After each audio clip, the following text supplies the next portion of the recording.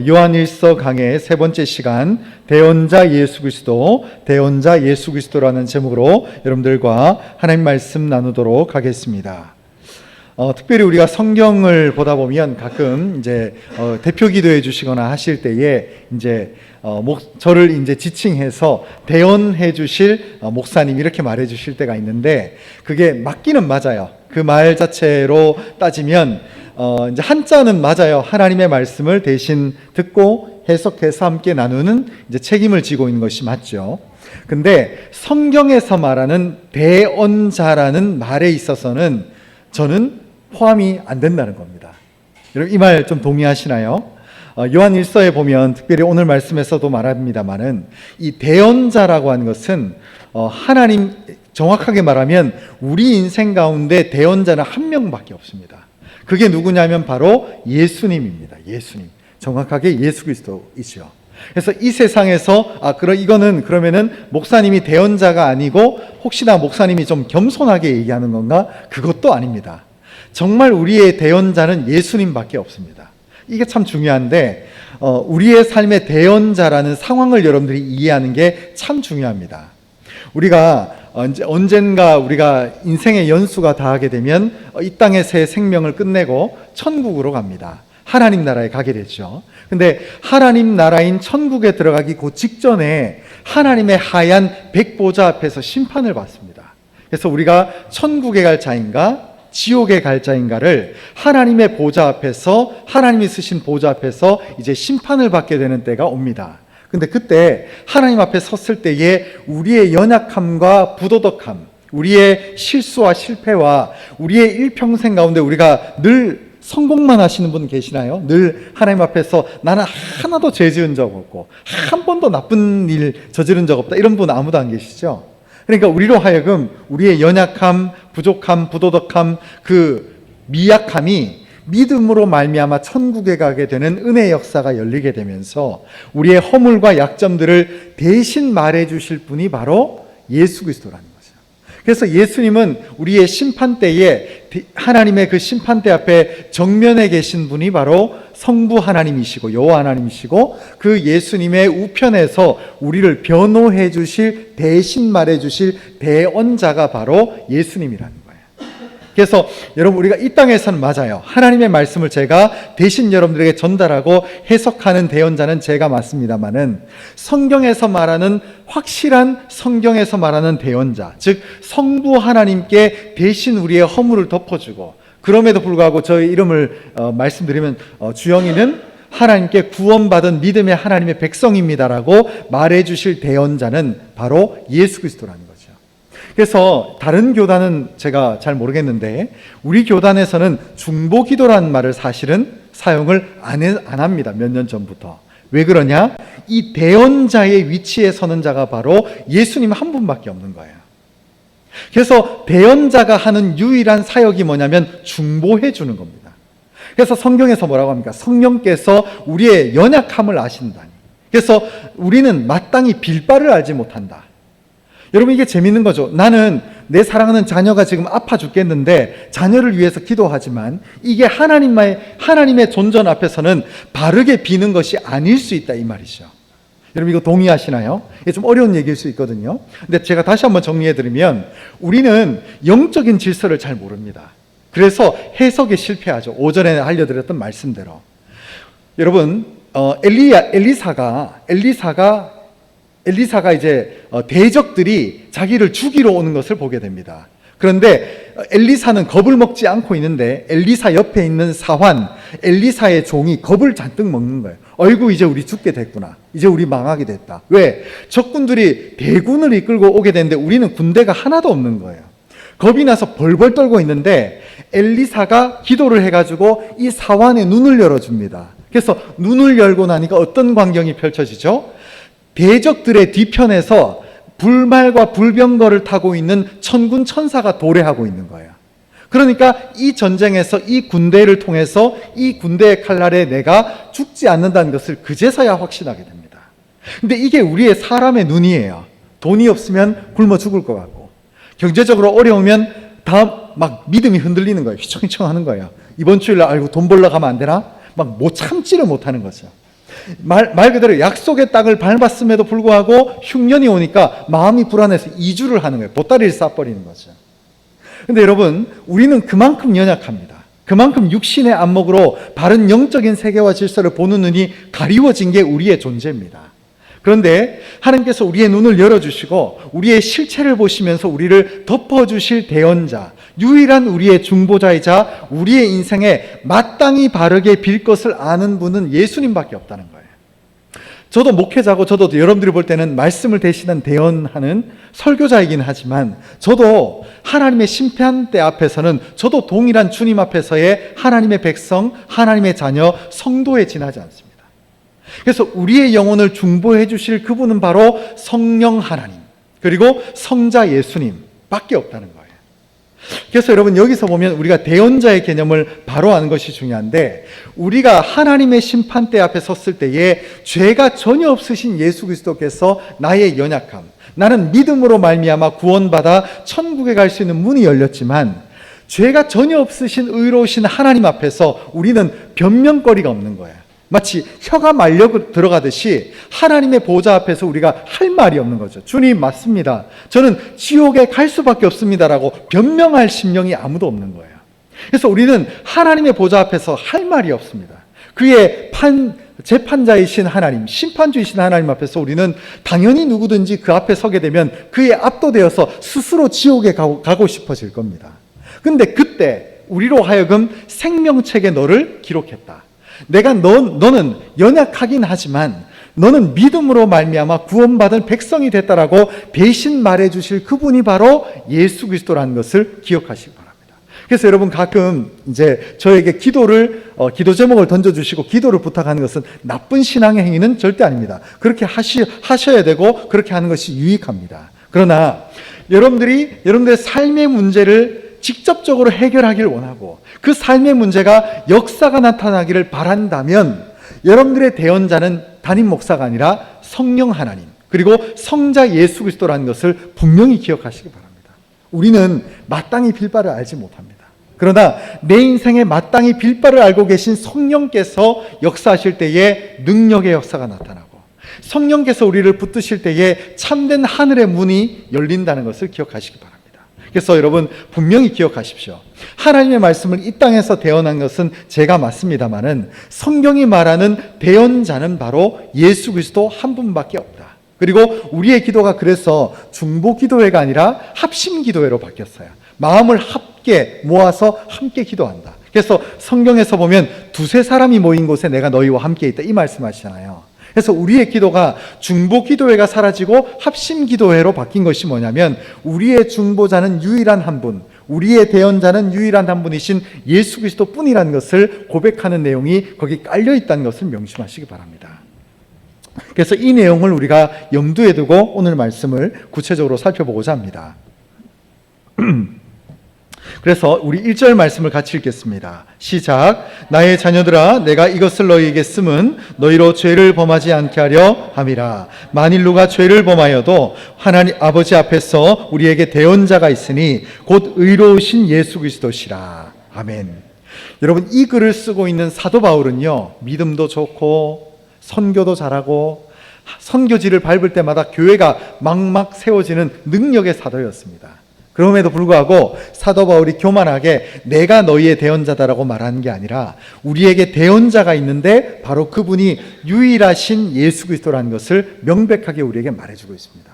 그래서 여기 보시면 4절 중간에 보시면 만일 누가 죄를 범하여도 아버지 성부 하나님 앞에서 우리를 대신 말해주고 변론해 주실 변호사가 계신데 그분이 예수 그리스도라는 거예요. 여러분, 예수를 믿으시기 바랍니다. 예수를 믿는 여러분들이 더욱더 예수를 믿으셔야 되고, 예수를 믿는 여러분들이 더욱더 확실하게 예수를 의지해야 되는 것이 바로 주님만이 우리의 유일한 대언자가 되신다는 것을 분명히 기억하시기 바랍니다. 그리고 2절에 이렇게 말합니다. 그는 우리 죄를 위한 화목제물이니 우리만 위할 뿐 아니요 온 세상의 죄를 위하심이라.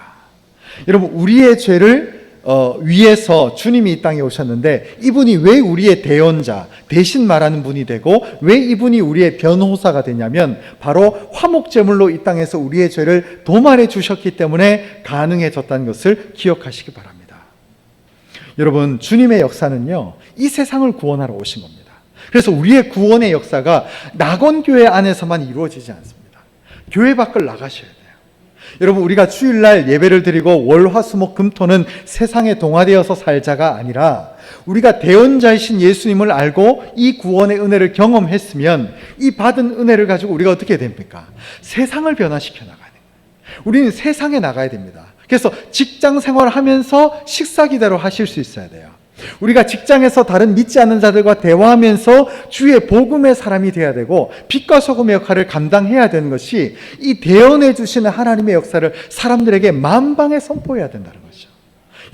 여러분들이 혹시나 여러분 가운데 내가 잘났기 때문에 예수를 믿는다, 내가 착하기 때문에 하나님 나를 선택해 주신 것이 아닙니다. 하나님께서 우리를 대신 변호해 주시고 우리에게 성령님을 보내주셔서 나 같은 죄인도 천국에 가게 되는 은혜의 역사가 열렸다는 것을 분명히 기억하시기 바랍니다. 근데 여기서 이제 중요한 얘기를 합니다. 우리가 예수님께서 우리의 대언자가 되고 그 대언의 축복과 은혜를 경험했는데 갑자기 뜬금없이 계명 얘기를 합니다.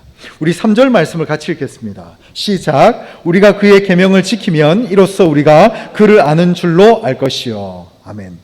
여러분, 갑자기요, 우리가 대언자이신 하나님, 이런 영적인 원리들을 깨닫게 되면 이제 우리가 하나님의 은혜를 누리고 그 사랑 안에 거하고 마음껏 행복하자, 기쁘자, 이 얘기를 하는 게 아니라 갑자기 느닷없이 우리가 그의 계명을 지키면 이로써 우리가 그를 아는 줄로 알 것이, 이렇게 되어 있습니다. 그래서 여기서 핵심적인 원리는 내가 계명을 지킨다는 말은 하나님을 안다는 거예요. 여러분, 오전에도 우리가 함께 말씀을 나눴습니다만은 여러분, 우리가 실패하지 않아야 되는 이유가 있는데 바로 모든 실패의 원인이 우리의 감정, 우리의 마음, 우리의 심리적인 판단이 돼버리면 안 된다는 거예요. 여러분, 우리가 하나님을 믿는 자를 뭘로 판단하느냐? 계명으로 판단합니다. 저 사람이 하나님의 말씀을 지키는가? 저 사람이 생명의 말씀을 지키는가? 이것은 율법의 계명을 말하는 게 아닙니다. 모든 구약 성경에 있는 율법의 계명을 두 개의 계명으로 압축시켜 놓은 예수 그리스도께서 우리에게 주신 새 계명을 말하는데 그 계명이 바로 마가복음 12장에 나와 있습니다. 우리 12장 29절부터 31절 말씀, 우리에게 주신 예수님의 새로운 계명이자 율법의 완성이 되는 계명을 우리가 함께 읽겠습니다. 시작. 예수께서 대답하시되 첫째는 이것이니 이스라엘아 들으라. 주 곧 우리 하나님은 유일한 주시라. 내 마음을 다하고 목숨을 다하고 뜻을 다하고 힘을 다하여 주 너의 하나님을 사랑하라 하신 것이요. 둘째는 이것이니 내 이웃을 내 자신과 같이 사랑하라 하신 것이라. 이보다 더 큰 계명이 없느니라. 아멘. 여러분, 첫 번째 계명은 하나님을 사랑하는데 적당히 사랑하라고 되어 있나요? 아니죠. 30절에 보면 참 부담스러울 수 있습니다. 목회자는 설교하기 좋지만 들으시는 분들은 고역일 수 있어요. 30절에 보시면 내 마음을 다하고 목숨을 다하고 뜻을 다하고 힘을 다하여 주 너의 하나님을 사랑하라. 하나님을 사랑하는데 그냥 시시한 거 드리는 거예요. 하나님을 사랑하긴 하는데 내 삶의 짜투리 시간만 하는 게 바치는 거죠. 맞을까요? 틀릴까요? 아니죠. 너의 마음을 다하고 너의 목숨을 다하고 힘을 다하여 주를 사랑하라. 여러분, 이것이 첫 번째 되는 계명이라는 것입니다. 그리고 두 번째는 31절이죠. 둘째는 이것이니 내 이웃을 어떻게 하라고요? 내 몸과 같이 사랑하라. 내 자신과 같이. 예전 성경은 내 몸과 같이. 여러분, 우리가 자기를 참 사랑합니다. 여러분, 자기를 사랑하는가 안 하는가는 간단하게 테스트하면 됩니다. 긴 바늘 가지고 손등을 쿡 찔러보면 압니다. 하면은 자기 사랑하는 겁니다. 자기를 사랑하게 되어 있습니다. 사람은요, 자기를 사랑해요. 안 사랑한다고 말하지만 그렇지 않습니다. 사람은 본능적으로 자기를 사랑할 수밖에 없어요. 근데 이웃을 어떻게 사랑하냐면 교회에서 안녕하세요 성도님, 한 주간 잘 지내셨나요? 점심 식사 맛있게 하실래요? 형식화된 제도화된 사랑이 아니라 내 자신을 사랑하듯이 사랑하라는 거죠.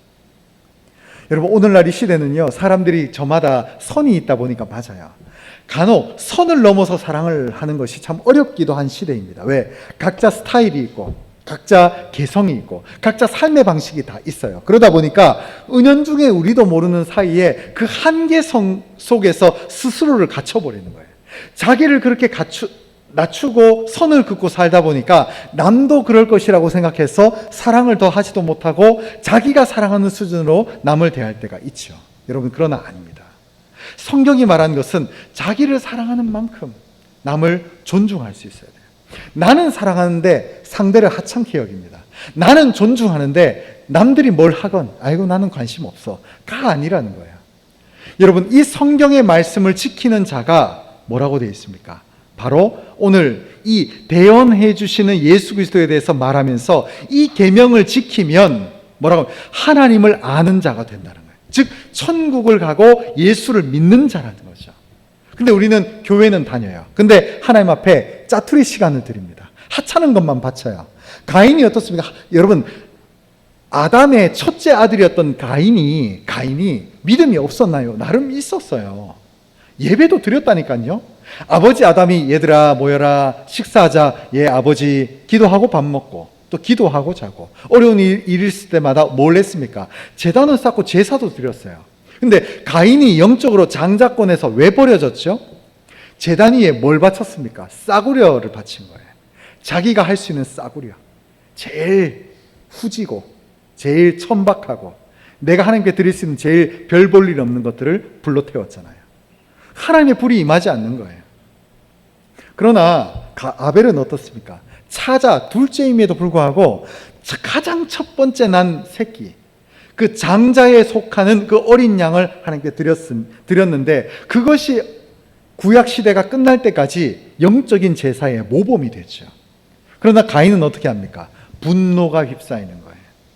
나도 하나님께 제사 드렸는데 하나님 이 제물 안 받으셔? 아이고 화가 나. 아벨 불러다가 아무도 보지 않는 빈들에서 돌로 쳐버리는 거죠. 여러분, 하나님을 사랑하실 때에 성경은 말합니다. 뜨겁든지 차갑든지 하라. 여러분, 중간지대가 없어요. 죄송합니다. 저는 가급적이면 저는 늘 얘기하지만 저는 나공교 여러분들이 한 분이라도 더 오는 게 너무 사랑스럽고 예뻐요. 그러나 하나님의 계명은 뭘 말합니까? 여러분들에게 마음을 다하고 목숨을 다하고 뜻을 다하고 힘을 다해서 여호와를 사랑하라. 여러분, 이게 계명입니다. 여러분, 이 예수님의 계명은 구약 시대의 모든 율법을 다 완성시킵니다. 예수님은 율법을 폐하러 오신 분이 아니라 이 모든 율법의 완성이신 궁극의 목적을 우리에게 주신 거예요.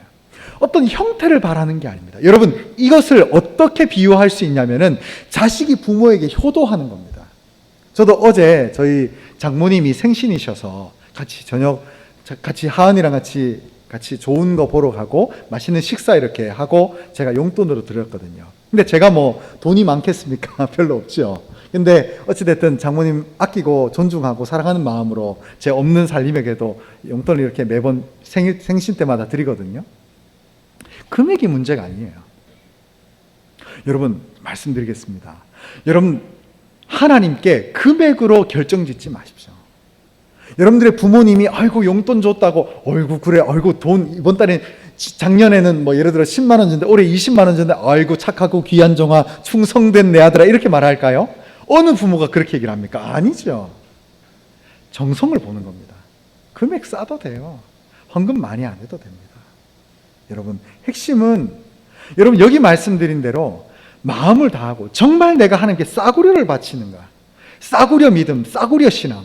지금 오전 예배 찬양팀 인도하시는 우리 합니다만은 찬양팀 이렇게 인도하는데 찬양팀 시작하는데 성도분들이 많이 오는데 예배 직전에 오는 분들이 좀 안타깝긴 해요. 그렇죠? 맞아요.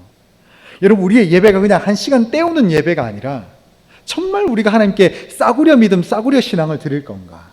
여러분, 내 마음을 다하고 목숨을 다하고 뜻을 다하고 힘을 다하여 그분의 하나님 되심을 믿는가를 우리의 삶 가운데 실천해야 된다는 거죠. 여러분, 돈으로 승부 보려고 하지 마십시오. 여러분, 아이고 내년에는 내가 10만 원 더 용돈 올려드릴게. 엄마 기분 좋죠? 내가 효도하잖아, 그지? 이만하면 됐지. 여러분, 이게 하나님이 원하시는 우리의 믿음일까요? 하나님, 제가 용돈 더 드릴게요. 11조 10만 원, 5만 원 더 바칠게요. 하나님 기분 좋으시죠? 저 기가 막힌 믿음 가지고 있죠? 이렇게 말하는 것을 하나님이 기뻐하실까요? 아닙니다. 하나님은 마음을 원하고 계시고 우리의 목숨과 전심을 바치기를 원합니다. 여러분, 하나님을 믿으셔야 됩니다. 예수 믿는 우리에게 진짜 하나님을 믿으셔야 됩니다. 제가 전에도 말씀드렸죠, 그렇죠? 제가 중학교 때 30명 축구배들한테 얻어 터질 때 저희 부모님은 제 곁을 지켜주지 못했어요. 육체의 부모는 한계가 있습니다. 그 학교에서 저를 지켜주시고 그래도 멀쩡한 발을 끌고 집에 복귀할 수 있게 해주시는, 그래서 너무 감사한 게 뭔지 아세요? 30명한테 밟혔는데 몸은 다쳤는데 얼굴이 안 다친 거예요. 저희 부모님이 제가 30명 축구배들한테 밟힌 거를 모르고 계십니다. 지금도 모르실 거예요. 근데 그 모든 상황에서 저를 지켜주시고 그래도 죽을 뻔한 저를 살려주시는 게 주님이셨어요. 여러분, 자녀를 아끼시잖아요, 그죠? 여러분들 부모님 사랑하시죠? 근데 부모님이 어려움을 경험할 때 그 부모님의 곁을 지켜주는 건 자식된 우리가 아닙니다. 하나님이 보내주셔야 되고 하나님이 천사를 보호해 주셔야 되지 우리의 노력으로 안 돼요. 우리는 내 몸도 간수하기 어렵습니다. 저희 아내가 임신했잖아요. 이제 10월 말 11월 초면 출산을 하는데 아내가 이제 요즘은 보니까 손이 땡땡 불어요. 근데 저는요, 곁에 24시간 있는 남편이어도 그 불어서 손발이 땡땡한 걸 몰라요, 그 아픔을. 제가 기껏 해줄 수 있는 건 손발을 주물러 주는 것밖에 못해요. 누가 우리의 일을 책임지고 누가 우리의 인생을 바르게 합니까? 하나님밖에 없어요. 누가 자식들을 지켜줍니까? 성부 하나님, 성자 예수 그리스도, 성령 하나님께서 자식들을 지켜주는 것이 우리가 어떻게 맨날 360을 옆에 붙어 있어요? 안 됩니다, 안 됩니다. 하나님께 맡겨야죠. 여러분, 하나님이 하는 겁니다. 여러분, 어느 순간 건강검진을 받았는데 암이라는 거예요. 나는 겉만 관리하잖아요. 우리는 내부 오장육부를 관리 못합니다. 근데 어느 순간 그 건강관리공단에서 날아와가지고 이번에 짝수해니까 홀수해니까 내 태어난 연수니까 건강관리 받으러 오라고 하네. 갔는데 털커가 암인 거예요. 어떻게 하겠어요, 어떻게. 그걸 누가 지킵니까? 그걸 하나님께서 묻고자 하시면 누구도 풀 자가 없고 하나님이 닫으시면 어느 누구도 문을 열 자가 없습니다. 하나님이 지켜주십니다. 먹고 사는 문제, 여러분들의 인생의 문제, 자녀 문제, 자식 문제, 부모님 문제, 내 인생의 건강 문제 하나님께 맡기셔야 됩니다. 불가능합니다. 불가능합니다. 인간의 육신의 안목이 얼마나 연약한지 아십니까? 저는 이 벽 뒤에 얼마나 지저분한지를 몰랐어요. 이 교회 벽 너머에 이쪽에 있는 곳이 지저분하더라고요. 몰랐어요. 사람이 그렇습니다. 보는 것만 봅니다. 우리가 어떻게 인간이 뭘 본다 하겠습니까? 우리는 기도하지만 마땅히 빌바를 알지 못합니다. 그래서 내 속에 계신 성령께서 빌어주셔야 내 인생이 잘 갈 수 있습니다. 여러분, 하은이 얘기를 제가 새벽에 가끔 얘기하는데 죄송합니다. 듣기 싫은 분 있을 수 있겠습니다만은 제가 주로 묵상하는 녀석이 저 녀석이라서 감안하고 들어주시기 바랍니다. 하은이가 2살 이제 갓 넘었고 27개월인가 됐는데 저 아이가 어느 순간 이제 100만 원을 좀 필요로 하는 거예요. 자기가 잘 되고 싶은 거예요. 제가 저 아이한테 100만 원을 주는 것이 저 아이 영혼에 도움이 될까요, 안 될까요? 안 주는 게 도움이 되겠죠. 왜? 아버지는 보여요. 저 녀석한테 100만 원이 전혀 필요가 없다는 거를. 그냥 필요할 때 깎아 먹고 필요할 때 과일 먹고 밥 먹고 잘 자고 잘 눕고 잘 놀면 됩니다. 그게 아버지가 보는 27개월짜리 인생이면 돼요. 근데 저 아이가 뭘 갑자기 고민합니까? 세계 우주를 고민하고 대한민국 다음 대통령이 누가 될지 고민한다면 웃긴 일이죠. 웃긴 일 아닙니까? 2살짜리가. 근데 우리는 그러고 있을 수 있다 이 말이죠. 주변에서 들은 말 때문에. 하나님께서 내게 주신 영적인 바운더리와 영적인 경계와 하나님께서 내게 주신 영적인 방향성이 분명히 있고 우리는 그걸만 생각하면 돼요. 그래서 여러분, 성경에서 뭐라고 합니까? 하나님께서 사랑하는 자에게 잠을 주신다는 거예요. 쓸데없는 염려하지 말아라. 쓸데없는 걱정하지 말아라. 내가 너에게 보여주는 것만 보고 보지 않는 것은 차라리 눈을 감고 있어라. 성경에서 뭐라고 합니까? 너희는 가만히 있어 주가 하나님 됨 알지어다. 열방과 세계 가운데 주가 높임을 받으리라. 우리가 열방과 세계를 위해서 기도하지만 하는 건 없어요. 대구 동구 방촌동에 있습니다. 그러나 우리의 기도로 하여금 열방과 세계가 바뀌게 하시는 하나님의 역사가 있다고 우리는 기도만 하는데 말이죠. 여러분, 하나님의 뜻대로 살아야 됩니다. 너무 많은 걸 보려고 하지 마십시오. 큰일 납니다. 너무 좁은 것만 보려고 하지 마십시오. 한계에 부딪힙니다. 하나님이 보여주시는 대로, 하나님이 가라 하시는 대로, 하나님이 가라 하면 가고, 하나님이 멈추라면 멈추고, 때로는 하나님이 이번에 수익 적게 하셨네. 그러면 내게 있는 영역 안에서 열심히 살고 다음 달 하나님께 맡기는 거예요. 여러분, 제가 다음 주에 설교를 하겠습니다만은 고난도요, 당장은 고난 같아도 고난이 끝이 아닙니다.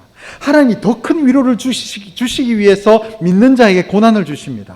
여러분, 하나님의 역사가 있습니다. 눈앞에 고난이 산적해 있다고 하더라도 주저앉지 마십시오.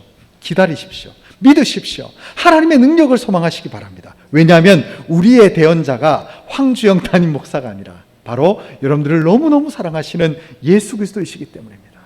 예수님이 다 하십니다. 지난 수요예배 때 제가 농담인데요, 예배 가기 전에 입맛이 별로 없는 거예요. 날도 덥고 하니까 또 점심을 좀 입맛이 없으니까 좀 늦게 먹었거든요. 그래서 우연히 이제 저희 아내랑 얘기하다가 수요예배 가기 전에 오늘 예배 끝나고 치킨 먹자라고 제가 얘기를 했거든요. 그리고 그냥 오늘 좀 진짜 치킨을 좀 먹어야 되겠다. 알고 보니까 또 이렇게 중복이 가까이 왔더라고요. 그래서 그런 말을 하고 딱 끝났는데 갑자기 은퇴미 권사님이 치킨을 3마리를 시켜온 거예요. 수요예배 오신 분들 아시죠? 그죠? 하하, 너무 재밌는 거예요. 웃긴다. 제 아내랑 보면서 제 아내가 말을 할 뻔했는데 말하지 마라 얘기를 했거든요. 사소한 거잖아요. 치킨 먹고 싶다. 요즘 좀 기력도 좀 지치고 새벽에도 힘들게 땀 뻘뻘 흘리다가 벅 일어나고 이러니까 좀 지친다. 그냥 불현듯한 말, 주님 치킨을 하사하시옵소서 기도한 적도 없어요. 여러분, 우리의 진짜 필요한 것들을 채우시고 어떤 거는 말만 하고 생각만 해도 하나님 들어주실 때가 있다는 거예요. 얼마나 감사한지. 전 치킨을 먹으면서 사실 굉장히 웃겼습니다. 하나님 재밌으시다. 하나님 진짜 재밌으시다. 여러분, 우리가 기도하는데 먹고 마시고 입고 사는 것 하나님이 다 하십니다. 여러분, 미리 당겨서 염려하지 마십시오. 안 되는 거는 뜻이 아니겠나. 안 되는 것은 길이 또 있겠지 뭐. 여러분, 이런 믿음으로 가야 삽니다. 근데 왜 안 들어주십니까? 왜 역사가 안 일어납니까? 아니요. 성령께서 우리는 기도 1시간 2시간 합니다만은 마땅히 빌 바를 잘 몰라요. 여러분, 기도도요, 모르겠습니다. 기도를 잘하는 사람이 있고 기도를 못하는 사람이 있다고 하는데 저는 그렇게 보지 않아요. 기도의 영도 하나님이 열어주신 분이 있어요. 근데 기도의 영이 닫히면 앉으면 잡념밖에 안 들어요. 여러분, 기도를 많이 할 수 있는 것도 내가 기도에 특별한 은사가 있어서가 아니라 하나님께서 기도의 영을 부어주시니까 그날 가능한 거예요. 어떨 때는 저도 목사지만 안 돼요. 기도가 안 될 때가 있어요. 막 쥐 뜯어먹는 소리라고 해요. 옛날 표현대로. 할 말도 없고 5분 기도해도 막 마음이 붕 뜨고 집에 그냥 빨리 가고 싶고 집에 가서 사이다 먹고 싶고 이런 마음이 들고 막 앉아있기가 너무 불편한 거예요. 근데 어떨 때는 기도하려고 앉은 것도 아닌데 집에 가야 되는데 지금 10분 뒤에 점심 식사하러 가야 되는데 하나님께서 기도의 마음을 주실 때 기도하는 거거든요. 그거는 제가 의지가 잘나서가 아니라 성령님의 역사에 있다는 것이죠. 내 속에서 내 마음을 주관하시는 대언자 예수 그리스도의 역사 가운데 우리를 믿고 맡기시기 바랍니다. 네, 빨리 넘어가라는 뜻인 줄 믿습니다. 자, 그래서 4절, 우리 4절 말씀 같이 읽겠습니다. 시작. 그를 아노라 하고 그의 계명을 지키지 아니하는 자는 거짓말하는 자요 진리가 그 속에 있지 아니하되. 제가 여러 가지 고민을 해봤거든요. 낙원교회가 어떻게 하면 부흥할 수 있을까? 낙원교회가 어떻게 하면 주님이 기뻐하는 거룩한 교회가 될 수 있을까? 어떻게 하면 부흥을 좀 맛볼 수 있을까? 핵심은요, 계명을 지키면 됩니다. 그 계명은 하나님을 내 몸과 내 마음과 내 모든 힘을 다해서 하나님을 사랑하고 또 이웃을, 우리 교회에서 성도들을 사랑할 때 자기처럼 사랑하면 됩니다. 교회가 변질된 이유가 뭔지 아십니까? 다른 성도님을, 다른 집사님을, 다른 권사님을, 다른 장로님을 자기만큼 사랑 안 하니까 그런 거예요. 교회에서 난 사랑받아야지, 나 이쁨 받아야지, 이렇게 되는 거예요. 아니에요. 내가 사랑받고 싶은 만큼 사랑이 흘러가야 되거든요. 그러면 낙원교회요, 잘 될 수밖에 없죠. 안 되는 게 기적입니다. 여러분, 걱정하지 마십시오. 사랑의 공동체가 되고 능력의 공동체가 되면 여러분, 이 계명을 지키게 되면 하나님의 역사는 반드시 활짝 열리게 되어 있습니다. 그래서 5절 말씀, 누구든지 그의 말씀을 지키는 자는 하나님의 사랑이 참으로 그 속에서 온전하게 되었나니 이로써 우리가 그 안에 있는 줄을 아노라. 여러분, 말씀을 지키는 자, 계명을 지키는 자는 하나님의 사랑, 그래서 계명과 사랑은 같이 갑니다. 하나님은 사랑하는데 계명을 안 지켜요. 자기 맛대로 해요. 아닙니다. 하나님을 사랑하는 자는 계명을 지킵니다. 왜? 하나님을 사랑하니까. 여러분, 두 부부가 있는데 서로가 살다 보면 서로가 지켜야 될 선이 있어요. 근데 선을 자꾸 안 지키는 건 뭡니까? 사랑 안 하는 겁니다. 존중하지 않는 거예요. 여러분, 우리가 부부간에 사랑할 때 때로는 그럴 때가 있어요. 사랑하니까 두드려 패는 거야. 사랑하니까 내가 너 매질하는 거야. 사랑하니까 펀치를 날리는 거야. 이렇게 얘기를 하거든요. 아닙니다. 그거는 존중이 사라진 거예요. 사랑에는 존중과 선이 있습니다. 서로를 존중해야 돼요. 근데 그 존중이 뭐냐면 바로 하나님 앞에서 우리는 계명입니다. 계명. 우리는 계명을 지키는 겁니다. 계명. 하나님 앞에서 우리가 계명을 지키고 하나님께서 우리에게 주신 영적인 말씀의 선을 지키면서 하나님의 사랑을 배우고 깊어지는 것이죠. 그래서 6절, 그의 안에 산다고 하는 자는 그가 행하시는 대로 자기도 행할지니라. 그래서 성경은 늘 얘기합니다. 좀 부담스럽기도 해요. 내가 거룩하니 너희도 거룩하라. 내가 거룩하니 너희도 거룩하라. 아이고 하나님, 우리가 어떻게 거룩합니까? 근데 주님은 말합니다. 내가 거룩하니 너희도 거룩하라. 근데 주님이 놀랍게도 어떻게 역사하시냐면 두 가지 방법을 통해서 안과 밖으로 역사하시는데 우리는 우리의 공로로 예수를 믿을 수가 없어요. 근데 성경에서 어떤 표현이 등장하냐면 우리의 공로는 천국으로 갈 수 없습니다. 아무리 선행을 해도 천국에 못 가요. 근데 우리가 예수 그리스도의 공로를 덧입게 되면 우리는 예수 그리스도의 공로를 덧입어서 십자가의 피를 통해서 예수님 앞에 예수의 이름으로 천국에 가게 되는 역사가 열리는 거죠. 그러니까 예수님의 공로를 덧입어야 돼요. 예수 그리스도로 옷을 입어야 된다 이 말이죠. 그리고 또 동시에 우리의 밖으로 옷만 입으면 되나요? 아니죠. 우리의 중심에 주님께서 아들의 영을 부어주십니다. 성령의 영을 부어주셔서 우리에게 감동을 주신다 이 말이죠. 어느 순간 우리 교회를 다니는 어떤 집사님을 보는데 평소 때는 그냥 대면대면 했어요. 근데 갑자기 저분의 사연을 들었는데 마음에 찌릿한 감동이 오는 거예요. 어떻게 하면 섬길 수 있을까? 어떻게 하면 도와드릴 수 있을까를 고민하면서 사랑으로, 역사로 채워드리게 되는 거죠. 그래서 여러분, 하나님의 역사는 두 가지가 발동합니다. 밖으로도 그리스도로 옷 입는 것, 그리스도의 의로 덧입고 그리스도의 공로로 덧입고 동시에 아버지의 영이신 성령을 내게 보내주셔서 내 속에 감화 감동이 일어나는 거죠.